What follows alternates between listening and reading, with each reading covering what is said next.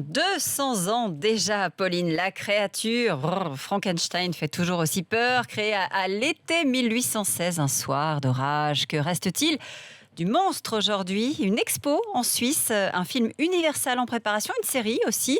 Pauline, qui est vraiment Frankenstein? C'est terrible, hein. Je vais vous faire peur à 7h30. Franchement, je suis sans cœur. Vous avez le droit de savoir quand même, parce qu'il faut rétablir quelques vérités. On a tous en tête l'image du géant avec les boulons dans la tête. C'est un peu ça, non? C'est un homme grand. Frankenstein, c'est les morceaux, les cicatrices. Je trouve ça insupportable, je ne vais pas plus loin. Ces morceaux, ces pièces détachées, à recoller et tout. C'est le premier clone de l'histoire de l'humanité. Il a des boulons. Des boulons. Il a une tête un peu carrée, non?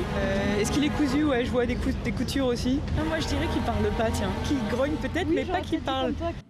Mais sauf qu'au départ, la bête n'est pas si effrayante que ça. Quand Mary Shelley écrit Frankenstein, on est au 19e siècle, les fantômes sont à la mode, on aime avoir peur de ce qu'on ne voit pas. Mais cette femme si prude, si lyrique, crée une créature très complexe, fabriquée à base de corps humains recousus d'électricité.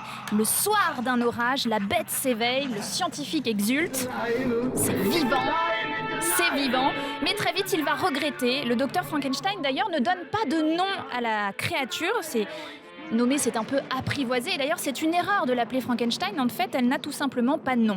Résultat, cette chose de 2,40 m avec sa peau jaune, ses yeux sans couleur, est une bête incomprise, mal aimée, qui, dans le rejet, va faire de terribles choses. Donc, en fait, si je vous suis bien, Pauline, au départ, c'est une gentille créature. Mais même intelligente. Dans le roman, elle parle, elle a même la faculté de parler. Mais c'est au cinéma que tout va changer. Pour en faire un mythe, on va l'enlaidir, les boulons dans le crâne, on ralentit le monstre aussi pour augmenter son effet de surprise, il va crier. Fini le romantisme, fini le lyrisme, bonjour le bon gros film d'horreur mêlé de sang, de chair de poule. Alors en tout, il y aura une 40aine d'adaptations cinématographiques. Je sauve évidemment celle de James Whale, on est en 1931, il y a l'acteur Boris Karloff qui va populariser l'image de la créature. Ensuite, il y en aura plein, il y aura un film avec De Niro en 94, un bide absolu, c'est raté, complètement raté. L'année dernière, Dr Frankenstein avec Daniel Radcliffe, et puis bientôt un nouveau film avec Javier Bardem. Qui sait, Universal veut relancer la marque. Alors j'ai posé la question à Gilles Menegaldo, il est professeur de littérature, spécialiste de science-fiction.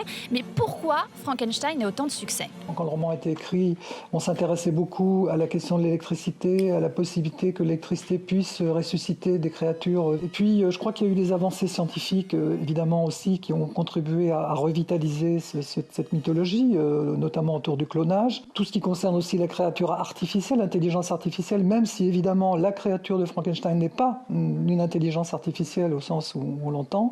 Et je crois que la force de cette créature, c'est justement d'associer l'horreur et effectivement une sensibilité à fleur de peau qui touche y compris parfois le public jeune, puisque dès les années 40, on trouve des céréales, des flocons d'avoine avec l'effigie de la créature de Frankenstein. Voilà, en fait, si le mythe est toujours aussi présent, c'est peut-être parce que Frankenstein est le monstre le plus proche de l'homme. Il pose les questions du clonage, la mécanisation, les prouesses scientifiques et puis la question de la religion, la croyance. Dieu n'est pas tout puissant puisque l'homme peut donner la vie.